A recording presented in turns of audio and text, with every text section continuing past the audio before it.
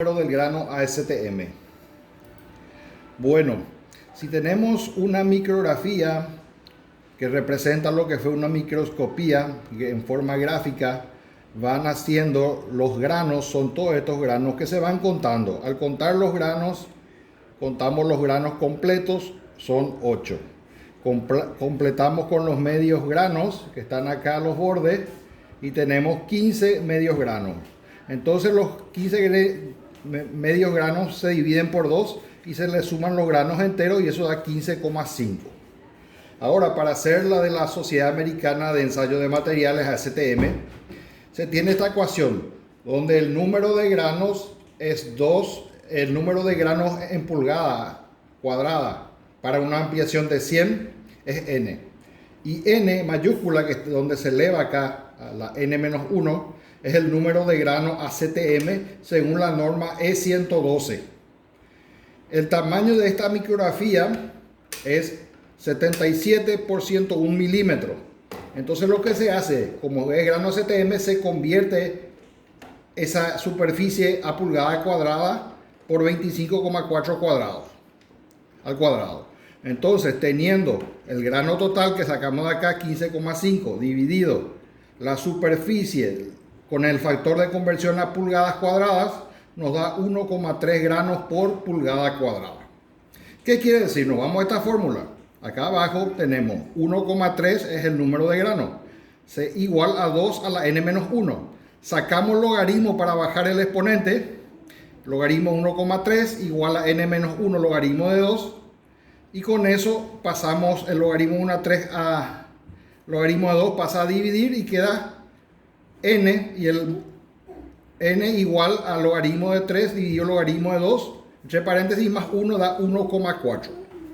Bueno, entonces significa que 1,4 vamos a ver por dos métodos. Un método dice que convirtamos esto otra vez a grano por milímetro cuadrado, que era lo mismo anterior, pero ahora se multiplica por la constante, como ya tenemos en pulgadas, ahora a milímetros. Entonces en milímetros hay una tabla que correlaciona con la norma CTM al estar en milímetros. Por ejemplo, suponiendo lado al cuadrado, donde L dividido este 20,3 resultante de este 15,5 y estas relaciones que hicimos, nos da 20,3 milímetros cuadrados por grano. Quiere decir que L es la raíz cuadrada, como estaba al cuadrado, de 1 sobre 20,3 y eso nos da en milímetros. Entonces, 0,222 milímetros, que es lo cual nosotros nos vamos acá a esta tabla, 0,222 milímetros, nos da que 1 es el tamaño de grano ASTM. Lo mismo que podíamos ver recién acá, que el grano ASTM al redondearse al menor es 1. Movimiento de átomos e iones en los materiales. Esto es para complementar el material que ya se le envió por correo y por Classroom. Vamos a ver la difusión. Significa que hay un flujo neto de cualquier especie entre iones, átomos, electrones, vacancias y moléculas. Este flujo depende, entre otras cosas, del gradiente inicial de concentraciones y de la temperatura. Y es usado fundamentalmente en las tecnologías de hoy en día importantes, debido a que se debe controlar la difusión de átomos, iones, moléculas u otras especies, conociendo las leyes que lo rigen y cómo se puede limitar o bien mejorar la difusión. Por ejemplo, el proceso de cementación o carburización que se hace por ejemplo, con una fuente de carbono, grafito o gas que entrega carbono, difunde carbono en partes de acero como engranajes. También hay un proceso que se llama nituración, donde se introduce nitrógeno en la superficie de un material metálico. Entonces, así se transforma el material por medio de tratamientos térmicos, termoquímicos y produciendo así también las aleaciones. Tenemos dos tipos de formación de núcleos, la homogénea y la heterogénea. La homogénea es la más simple, la que se da cuando normalmente el material se enfría y se va solidificando, y esa solidificación llega por debajo de su temperatura de equilibrio y por el movimiento lento de átomos que se unen entre sí. Requiere un alto nivel de subenfriamiento que puede ser de varios cientos de grados centígrados para algunos metales. Bueno, lo que pasa es que teniendo cada pequeña partícula que se va solidificando, va formando un embrión. Cuando el embrión llega a su tamaño crítico, se forma el núcleo. A partir de ese punto, y cuando aumenta, se llama núcleo, que después van a formar los granos del metal. Acá tenemos, por ejemplo, que pasa en una compactación. Un producto compactado, al presionarse esto uno contra el otro, se van acercando las partículas uno a otros mecánicamente. Y cuando se le produce una sinterización, es decir, una temperatura de cocción prácticamente, esos se van distribuyendo mejor y uniendo mejor físicamente los materiales. Por ejemplo, tenemos este otro dibujo donde tenemos un material al cual aplicamos una compresión. Al comprimir esto, los vacíos van disminuyéndose, van quedando pequeños vacíos ya formados, más pequeños, y a medida que seguimos aplicando, se va enfriando y se va agrandando los granos, de manera que queda finalmente los bordes de grano determinados. Eso es lo que se ve después en la microscopía. Tenemos también cerámicos conductores que son, por ejemplo, los policristalinos son buenos aislantes de la electricidad, pero hay algunos conductores como la zirconia, parcial o totalmente estabilizada, o el óxido de indio y estaño, el óxido de cobalto y litio, son conductores que se usan en las baterías de litio, de ion litio. Estos conductores se usan en productos como sensores de oxígeno en automóviles, pantallas sensibles al tacto, celdas de combustibles y baterías. La capacidad de los iones para difundir y proporcionar un trayecto para la conducción eléctrica desempeña un papel importante para permitir esas aplicaciones. Tenemos, por ejemplo, los metales más usados para valores eléctricos o aleaciones, ¿verdad? Su temperatura de solidificación en grados Celsius y en grados Kelvin, su calor de fusión en Joule por centímetro cúbico, la energía superficial Joule por centímetro cuadrado y el subenfriamiento observado. Estos son valores obtenidos en laboratorio por grandes estadísticas y promedios. Bueno, tenemos acá una curva donde está la variación de la temperatura en grados centígrados hasta 500 acá, y acá va aumentando el radio crítico hacia la derecha, el radio crítico de la partícula. Esta curva representa los radios críticos, es decir, si yo tengo mi grano está creciendo, ¿verdad? Está creciendo o está subiendo de temperatura, por ejemplo, da 5 por 10 a la menos 7, va creciendo y está a 20 grados centígrados, está en la zona de embriones.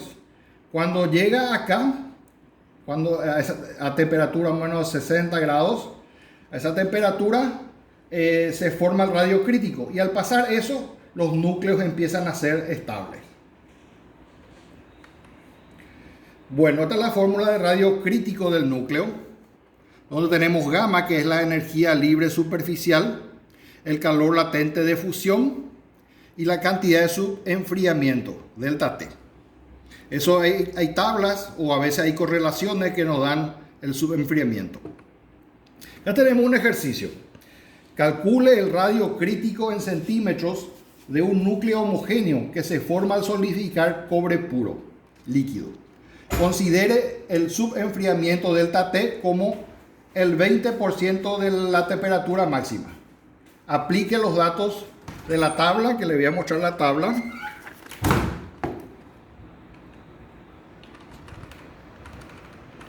En la página 41 del libro vemos la tabla que nos da la temperatura de solidificación en grados centígrados, el calor de fusión, delta H, Joule por centímetro cúbico, la energía superficial sólido líquido en Joule centímetro cuadrado y la temperatura de subenfriamiento para distintos metales. La pregunta sería, la pregunta A es calcular el radio crítico a esa temperatura de su enfriamiento y el número de átomos en el núcleo de tamaño crítico a esa temperatura de subenfriamiento. Vamos a calcular el radio crítico. La fórmula que recién vimos, donde delta T es 0,2 que recién se sacó de la tabla. Esa tabla que les mostré que es 1083 grados centígrados. Se le suma 273 para tener en grados Kelvin. Y al multiplicar 0,2 por este valor nos da 271 grados Kelvin. Esa es la variación de temperatura, el subenfriamiento. Gamma, que recién vimos su valor, es 167 por 10 a la menos 7 joules por centímetro cuadrado. Depende de qué material, en el caso es cobre puro líquido, según la tabla. Entonces eso da 1800, el calor HF, delta HF, la energía, ¿verdad? Dividido el volumen 1866 joules por centímetro cúbico. Esto también se saca de la tabla acá, delta HF para el cobre.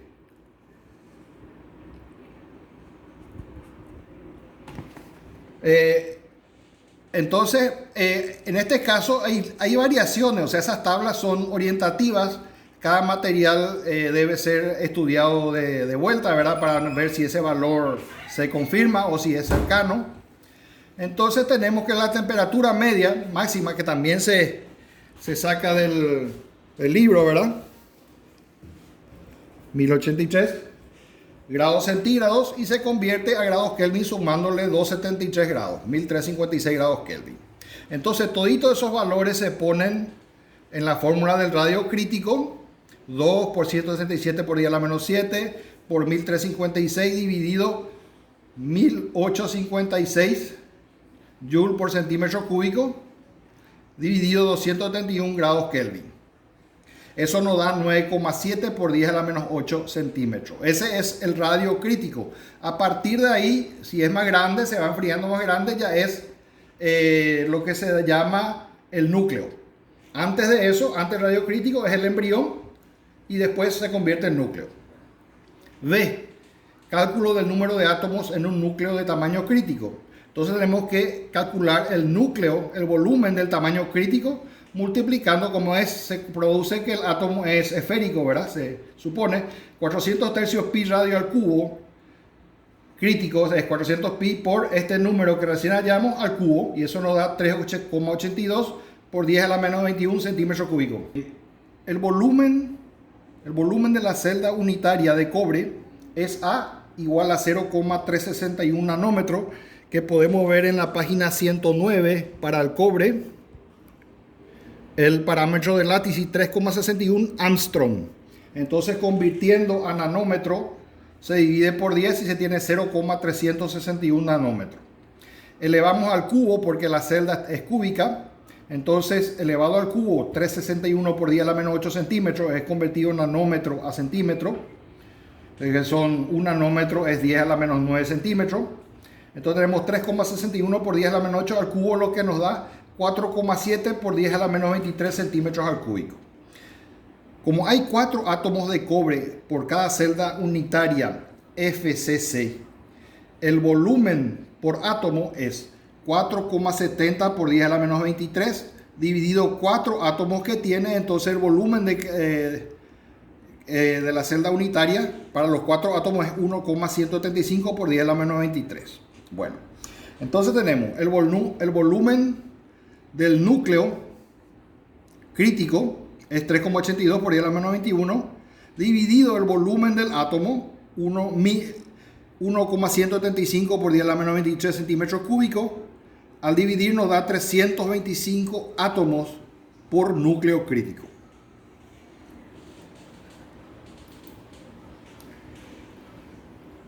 Hablamos recién de la homogénea, ¿verdad? Bueno, hablando de la nucleación homogénea, ahora nos toca la nucleación heterogénea. Es la que se da en un líquido sobre superficies de recipientes que lo contiene. Esas impurezas pueden ser insolubles u otros materiales estructurales que disminuyen la energía libre necesaria para que formar un núcleo que sea estable.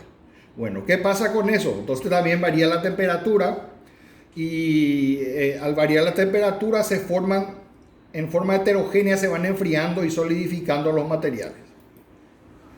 Entonces, vamos a ver eso en un ejemplo.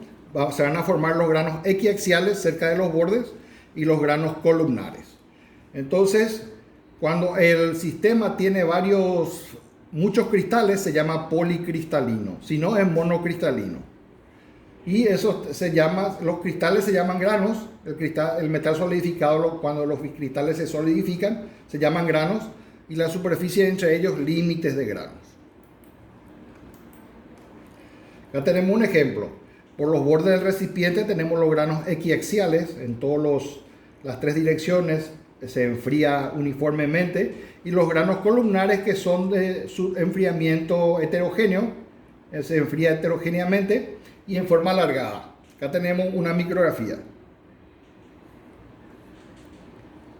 Por ejemplo, para el acero tenemos una cuba donde se produce una colada continua que va proveyendo alimentación a un tren de terminación, ¿verdad? Esta colada no se corta, por eso se llama continua. Y el material que viene en rojo, caliente, casi en estado líquido, ¿verdad? Pasa por este tren de laminación y sale el producto final, que va a ser un lingote de acero, una varilla de acero, etcétera, que se usa en la industria del acero. También tenemos, si nosotros analizamos una aleación de 6063, aluminio 0,7% y magnesio 0,4% de silicio, aluminio, o sea, una aleación de aluminio con 0,7 de magnesio y 0,4% de silicio, vemos en la micrografía queda así.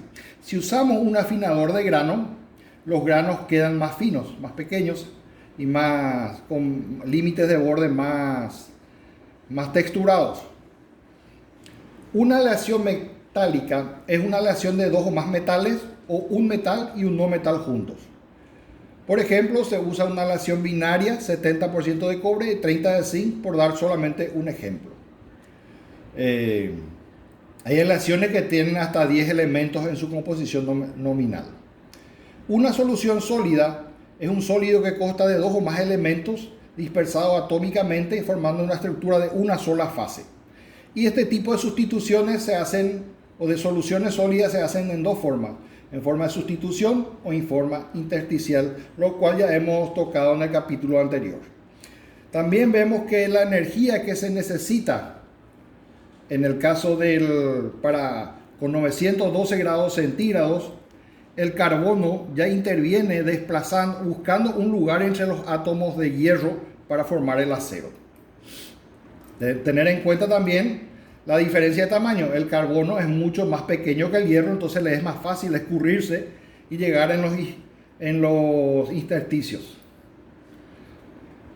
También existen materiales magnéticos para discos duros, por ejemplo, de computadoras personales, y se hace por pulverización catódica, donde se bombardean iones, y estos blancos se hacen con elementos o compuestos que contengan necesariamente los que forman las partículas delgadas, donde los átomos saltan de los blancos y se depositan sobre un sustrato, produciendo una película delgada. Entonces, eso también se hace por tratamientos eléctricos, en recubrimientos, en pinturas. Por ejemplo, las películas delgadas de los recubrimientos se hacen para limitar la difusión del vapor de agua o oxígeno en otras sustancias. El acero se pinta para evitar la oxidación, para la cual se hace un campo magnético, ¿verdad? Donde el material es proyectado a una superficie por diferencia electrones a una superficie que está a una cierta distancia positiva. Entonces ahí se va pulverizando por energía electrostática. Por ejemplo, un recubrimiento. Una superalación de níquel tiene una capa de adherencia y tiene un recubrimiento que forma una barrera térmica sobre la aleación. Las fibras ópticas también necesitan, para protegerse de las moléculas de agua que pueden quebrar o pueden alterar la transmisión de las señales, ¿verdad? Entonces, se recubre la fibra óptica. También el arrastre y la difusión son importantes, ya que las pequeñas partículas con diferentes gradientes de concentración y de temperatura hace que se distinga en forma diferente, que el movimiento de átomos es diferente al de moléculas, al de iones, al de electrones, al de huecos, ya que son producidos por gradientes de concentración y temperatura, que es la difusión, u otra fuerza impulsora como gradientes de densidad, campo eléctrico o campo magnético.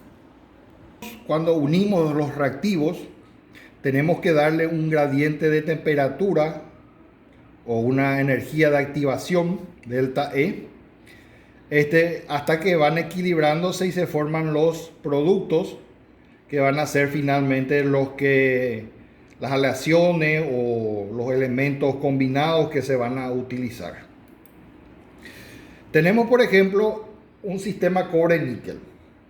Ahí tenemos tantos gramos de níquel y tanto de cobre, depende del porcentaje de cobre. Si tenemos casi igual, entonces lo que pasa es que los átomos van buscando las zonas libres, entonces se produce repentinamente la difusión.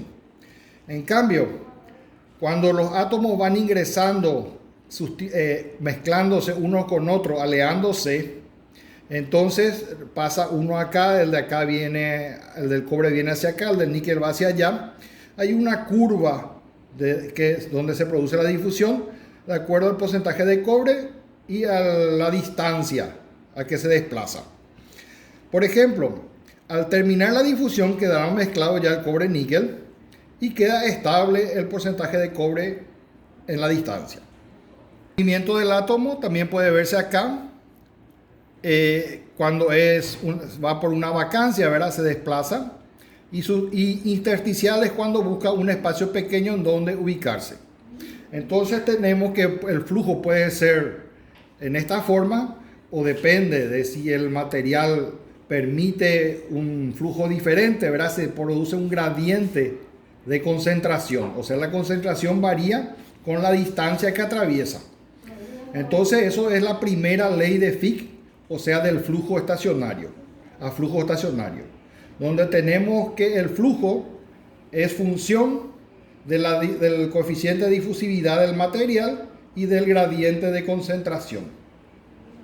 Fracción de átomos o moléculas en un sistema que tiene una energía superior a la energía crítica, donde la energía crítica es mucho mayor que la energía media de cualquier átomo o molécula, se puede escribir como N sobre N total igual a C por E a la menos E mayúscula, que es la energía superior, por K dividido, K, que es la constante de Boltzmann, y la temperatura absoluta. N es el número total de átomos o moléculas con una energía superior a E crítica. Y N total, número total de átomos o moléculas presentes en el sistema. Una constante. Aplicando la fórmula anterior, calculamos el número de vacantes de equilibrio por metro cúbico en el cobre puro a 500 grados centígrados. El número de vacantes de equilibrio por metro cúbico en cobre puro a 500 es NB, número de vacantes, es igual a N total por E a la E de vacante, dividido la constante de Boltzmann por la temperatura absoluta. Entonces se asume que C es 1, o sea que no hay esa constante 1 en este caso. Cuando se conoce la constante, entonces se le cambia ese número. Primero se determina un valor de N utilizando la ecuación. N es igual a N, donde N sub 0 es la constante de Avogadro y ρCu es la densidad del cobre, que se ve en las tablas también, 8,96 miligramos por metro cúbico. Así tenemos que N, que es el número de vacantes para equilibrio, es 6,02 por 10 a la 23 átomos, que es la constante de Avogadro. La densidad del cobre, 8,96 gramos por metro cúbico por 10 a la sexta. Y la masa atómica, que es 63,54 gramos, la masa atómica del cobre. Eso nos da 8,49 por 10 a la 28 átomos por metro cúbico. tomamos el siguiente valor. Para el número de vacantes, usamos el número anterior, 8,49 por 10 a la 28, elevado a la menos electrón volt, 0,90 electrón volt, por dividido 8,62 por 10 a la menos 5 electrón volt sobre Kelvin por 733 grados Kelvin, la temperatura absoluta. Este valor depende del tipo de material que uno está utilizando. Y eso nos da 1,2 por 10 a la 23 vacantes por metro cúbico. Ahora, cuando terminamos la fracción de vacantes, es cuestión de bajar este número n abajo y nos queda ese número que no es otra cosa que e a la menos 13,5, que es 1,4 por 10 a la menos 6, lo cual significa que existe una sola vacante por cada 10 a la sexta posiciones atómicas. La ecuación de la velocidad de Arrhenius, o sea que la velocidad de reacción está dado por C, que es la constante de la velocidad, por E, el número E, elevado a la energía de activación en forma negativa, dividido la constante de los gases R por el número de temperatura absoluta. En la fórmula anterior, conociendo el valor C menos Q, logaritmizamos eso, y este menos Q sobre R se convierte en M en la pendiente. O sea, lo que hacemos es convertir la ecuación exponencial que recién vimos en una ecuación lineal, de manera que tenemos un valor constante que es B, y que nos sale que el logaritmo de la velocidad en base 10, el logaritmo en base 10 de C menos Q sobre 2,303 RT. Entonces tenemos que el factor de conversión es 2,303. Y se hace el gráfico de logaritmo en base 10, velocidad versus 1 sobre la temperatura absoluta, que vamos a ver en este gráfico acá que vamos a mostrar. ¿Dónde está? La representación típica de Arrhenius en forma facilitada es Q sobre ese 2,303R que recién vimos, que representa la variación del logaritmo de la velocidad en base 10 dividido la variación del 1 sobre la temperatura absoluta, y eso va descendiendo en una curva pendiente. Entonces nosotros podemos encontrar el valor teniendo 1 sobre T, podemos irnos acá y con el logaritmo de la velocidad de la reacción podemos ver, con esa pendiente podemos ver la velocidad de la reacción. Recién los mecanismos de difusión para sólidos. Ahora, la difusión sustitucional o por vacante. La sustitucional se da cuando hay vibraciones térmicas y existen algunas vacantes u otros defectos cristalinos en la red que hace que los átomos puedan desplazarse. Por ejemplo, en los metales y aleaciones son defectos en equilibrio, y por ello hay siempre presentes que posibilitan la difusión por sustitución de los átomos. La temperatura de sustitución es más, la energía de sustitución, perdón, es más alta que la energía para el mecanismo intersticial. Por ejemplo, para hacer una difusión, la energía de activación se eleva hasta llegar a un equilibrio cuando pasa el átomo a la vacante. Después se habla también de la autodifusión, cuando son la suma de la energía de activación para formar la vacante y la energía de activación de la vacante para mover la vacante. Esos dos se suman y forman la autodifusión. Durante la autodifusión o difusión sustitucional en estado sólido, los átomos rompen sus enlaces iniciales con otros átomos y son reemplazados por nuevos enlaces. Se facilita por presencia de vacantes o por lo que puede tener lugar a menores energías de activación.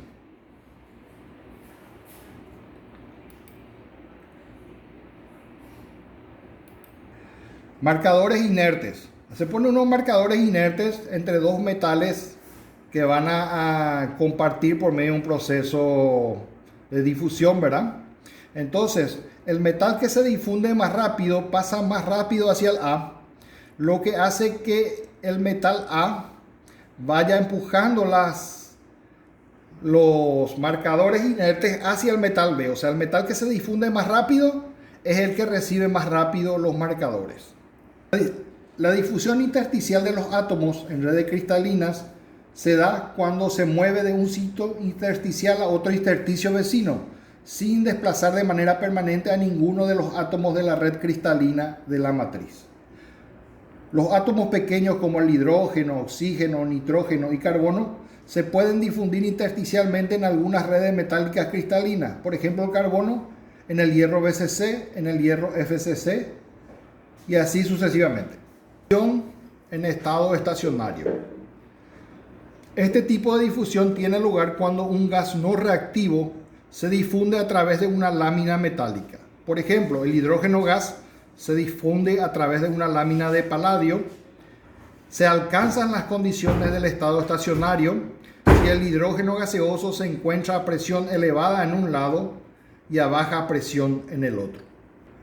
Volvamos a la primera ley de Fick, donde tenemos que D, que es la difusividad, coeficiente de difusión, se da en centímetro cuadrado sobre segundo.